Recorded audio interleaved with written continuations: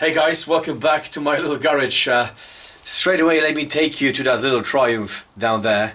As you can see, it's a little bit messed up. I explained to you how that happened, why that happened, and what am I going to do about it. Let's do this.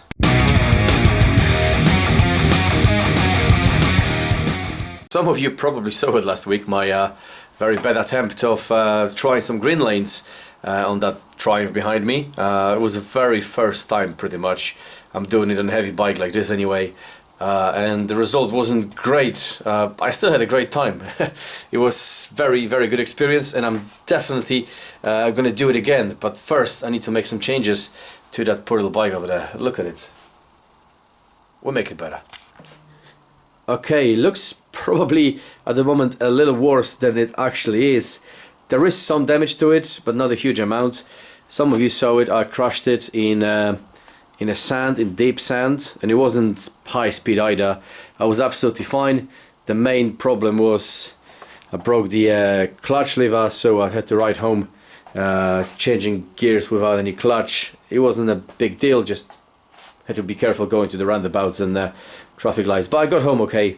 Friends helped me a little bit, so not a big deal, and I was absolutely fine, by the way. Thank you for asking.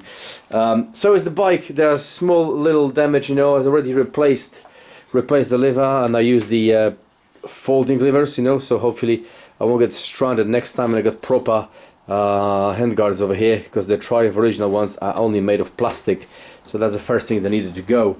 But it's not what I want to talk to you about. What I want to talk to you about is raising the handlebars a little bit on this bike. But before we go there, let me explain you my train of thought and what little mods I'm gonna do to this bike. Alright guys, before I start waffling too much, just a little bit of a background here. I have very little, if well, zero experience riding off-road. It is something I always wanted to do. Always was in the back of my head. We all messed about with small bikes, but riding a big adventure bike, or mid-size adventure bike, maybe this way, it is something I always wanted to try. And you're gonna ask me why the Triumph Tiger XR and not the XC, which is the proper off-road version with spoked wheels, 21-inch front wheel and better suspension and all that. I know this, but I had an XR for probably 4 years now, and you know, I just changed tires on it for the knobbly tires, and I can take it off-road. I know it's not designed for that, strictly speaking, but it's good enough. It's got the same geometry, and let's face it, I'm not doing anything extreme. It's just light green laning, some sand, some mud, you know, just having some good times on it. And if I like it, if I really like it, I will go somewhere else and I buy a different version, maybe the XC or maybe Yamaha T7. Or maybe a KTM adventure. I don't know yet, you know, but I already had this bike. I know it's reliable, and I can make some changes to it to take it off-road and have some fun. So let's do it. Okay, so first thing, and pretty much the only thing I did to it, is fit it with these bad boys. These are Mitas or Mitas, whichever way you may pronounce that, E09 tires, and front and back. A really good tire for the off-road. They're aggressive enough, but they kind of rounded, so you can kind of corner or ride on the road. And these were party worn, and a gift from a very good friend of mine who was upgrading his tires to something else. So thank you very much. These did a great job. You know, it didn't keep me from falling off, but that's completely my fault and not the bike. But we get that later. Next thing, there was on a bike were the engine bars, and these, without these, I don't think I would decide to go to try off-roading. As you can see, they scraped here a little bit, but engine is completely intact. And another thing that was already on the bike was the bash plate, and that's the heavy-duty one, same as on the XC version. Another upgrade that was done by the previous owner, not me again. It's them wider foot pegs by Triumph. They are very comfortable, whether you're riding off-road or not. I found these is slightly wider than the regular ones, and they just metal, no rubber on them. These are very good. So these 3 upgrades really were on it. That's the main important with that, to protect the engine, and obviously the tires. Without the tires, I wouldn't go anywhere. Now guys, I want to make it clear, I'm not in a position to give you any advice because I'm not experienced adventure rider. I've been riding motorcycles for all my adult life, pretty much all year round, but when it comes to green laning, it's a completely different ball game. But I will share with you what I've learned and the steps I'm doing to prevent from this happening in the future, on this bike anyway. So the biggest mistake I've done here, well, maybe I didn't do. I didn't remove the spotlights. The spotlights for the Triumph sit around here on the front of the bike, and I should have removed them really, and I didn't. The reason I should have removed them because when the bike falls down, there's like a plastic trims goes around the petrol tank. Everything is kind of connected. That took the biggest hit, and even though it is quite heavy duty and the brackets on this thing didn't break, there are plastic parts inside it that did, and that was the reason. If I didn't have spotlights and the bike would fall on one side, that wouldn't be digging into the ground, putting stress and everything else, and all the plastic parts, including the headlight, I'm guessing it would be fine, but they are not, and including the headlight bracket as well, that got some damage, so I need to replace that, which I am currently working on. That's why the bike looks like it does. So yeah, my only advice after one day off-roading experience, again not off-roading, green laning because it's not off-roading, it's if you have Triumph Tiger 800, 1200, XR, XC, doesn't matter, and if you're not experienced just like I am, remove these because chances are you are gonna fall off. I did, and this will take the first hit, and they will take few other parts with them, so this was the cause of the main damage, so these are going now. Another thing I wish I've done before the trip, again a little bit too late for that, but better late than never, right? It's to replace them Triumph plastic handguards, because guys, they are made of plastic and they flex and they just go everywhere. They are great for winter riding to protect your hands basically from the wind, from the breeze. And I found we were going through a forest in a kind of single lane. There was lots of branches coming my way, and I didn't have to worry about it because they did a great job of protecting me from the branches, true. But in case of a fall, they are no good. So I got myself, it doesn't matter whether it's Airbrushing or Barkbusters, whatever. As long as they're not super cheap and they made of solid metal, obviously mounted over here, both sides, they're not going anywhere. They're going to protect, hopefully, components on it, depending on the level of my crash, because no doubt I will crash again, but that's not going to stop me. So that's another thing I've done to kind of protect the bike and protect the levers, so don't leave me stranded again. Okay, one more thing that went down on the bike is the indicator. They mounted over here. The bike went obviously on this side, so this one is fine. They mounted over here and they're flexible, so that's okay. But the new version of the Tiger 900 Pro, the indicators are mounted way up here. So in case the bike goes down, as you can see, the indicator is sticking out far, you know, beyond petrol tank and the engine bars, so that's going to go down first. And that's what happened here. So they are no good.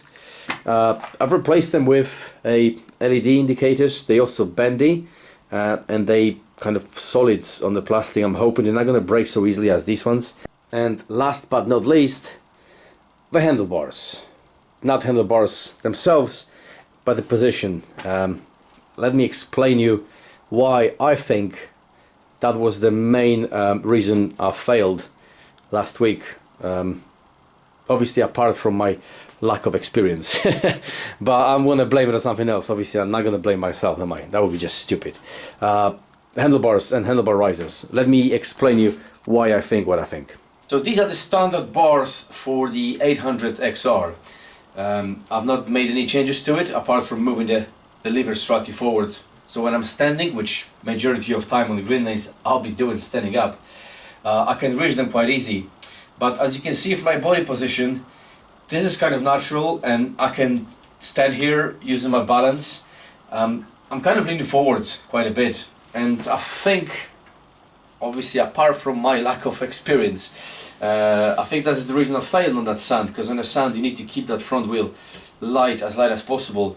Speed is your friend, so friends told me anyway, but keep that front wheel off the ground. I know there are ways experienced riders can move backwards and still be in full control of the bike, but I'm not there yet, and I think raising the bars not much, by 2 centimeters, will make a big difference, because right now I'm leaning quite heavily towards the front of the bike, but if I raise my hand just above the bars 2 centimeters, that makes my body position change dramatically.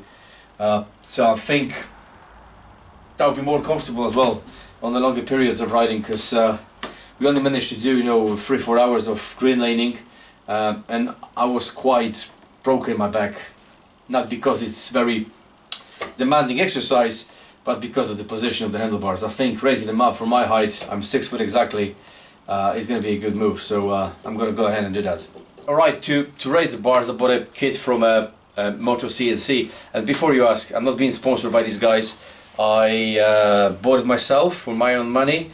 I found them on eBay, $39.99 a unit, and I didn't go to a Moto CNC directly. I found a kit on eBay. There were a few other kits, but they were kind of cheaper, and I'm thinking handlebars, that's kind of your life on a motorcycle, so if something goes wrong, something fails, whether you're on the green laning or not, I don't want to be let down by cheap components. So I got these, and I'm glad I did, because they're pretty good. I like the aluminium machined raises itself with a little slot. They are quite good quality piece of kit, and on top of that they give you very good quality stainless steel bolts to go with it. These are heavy and proper thick, good bolts. Okay, step 1 is to remove the bars. Couldn't be any easier.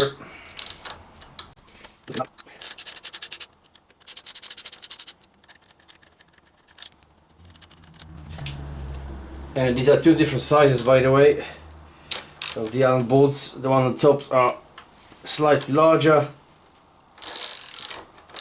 the bottom ones are slightly smaller.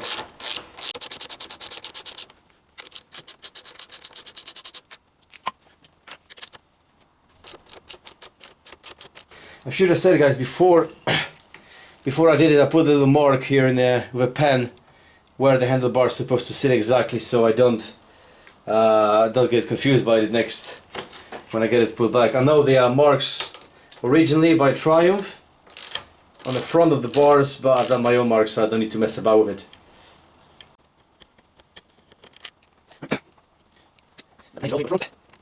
I mean, if your bike is brand new, you want to put some towel here or anything else, but mine isn't brand new, and I will crash it at some point, so I'm not too worried about it. And there we go. There's a little slot over there that will keeps it in place. They're both exactly the same. So these guys go on here. I don't think it matters which way they go, as long as they go like this. They fit nicely. They look exactly the same. There's another one here, right over here. And now the raise is by exactly 2 centimeters. I don't think I need any more. Plus, if I raise it more than that, I may have problem with cables and everything else. So let's do small changes. I don't want to do anything drastic changes. Yeah. So that's that. And then the bits that were originally sitting there,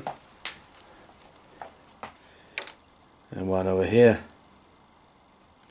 You can't go wrong, because we remember the thicker bolt was on the top, so I removed the old bolt and I use one of the bolts that came in the kit.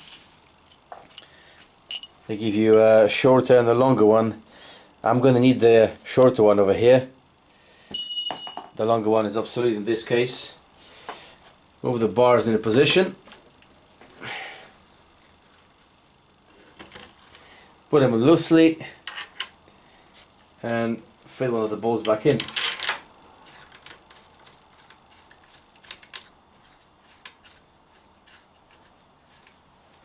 And I'll do the same thing with the second unit. Put them loosely, grab the bolt and fit it loosely back in.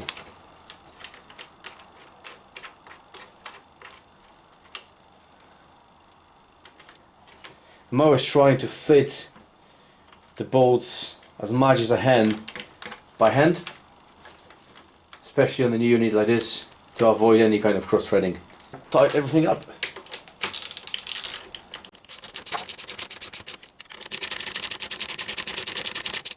When they start getting a little bit tight, it's the time to position your bars exactly where they were. So I'm going to use my marks to put them in exactly same spot. Don't even need to think about it, just look at my marks and then tidy it up. So the bars are exactly where the manufacturer wanted them to be, they're just a little bit higher. And that's the end of that. I'm going to tidy up the small bolts over here. Now obviously before I go riding, I'm gonna check the torque specs and they tighten them up to manufacturer specifications. And remember, the top ones have slightly higher torque span than the bottom ones, but I'll let you check it for yourself. But this is how we stand now. I mean, it's 2 centimeters higher, which I think makes a big difference.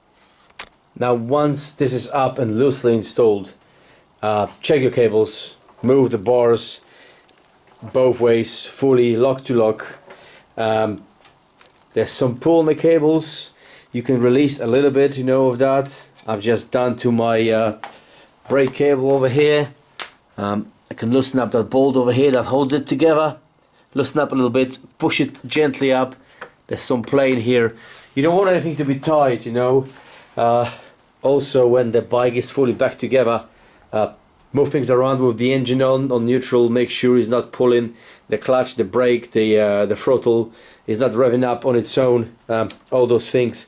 But it's only 2 centimeters rise over here, and I don't think I'm gonna need any kind of extensions or anything like this. Just make sure everything is nice and kind of loose and is not pulling too heavily on that, but I've got enough play on that and I'm pretty confident that's gonna be alright. Well, that feels better. It doesn't feel like I'm trying to fall over the bike as I did slightly with the other ones. It may be just my mental thing, maybe just my kind of confidence over here that I'm battling against.